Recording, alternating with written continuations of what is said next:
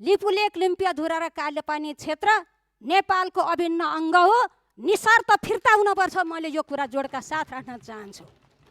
तसर्थ सम्माननीय सभामुख महोदय, आज पनि राष्ट्रियता सम्बन्धी जुन बहस चलिरहेको छ, म आग्रह गर्न चाहन्छु, सत्तापक्षका माननीय सांसदहरूलाई पनि म भन्न चाहन्छु, यो कुनै एउटा प्रतिपक्षीको विषय मात्रै होइन, यो 3 करोड नेपाली जनताको विषय हो, हामी सबैको साझा विषय हो।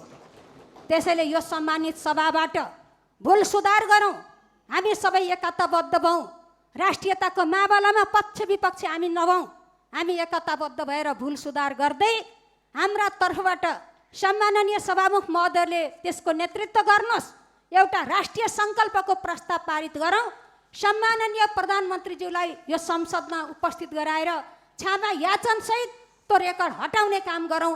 त्यो नहुँदासम्म हामीले यो विरोधलाई जारी राख्नेछौँ। तसर्थ म आग्रह गर्न चाहन्छु, आजको यो सदन स्थगित गरियोस्।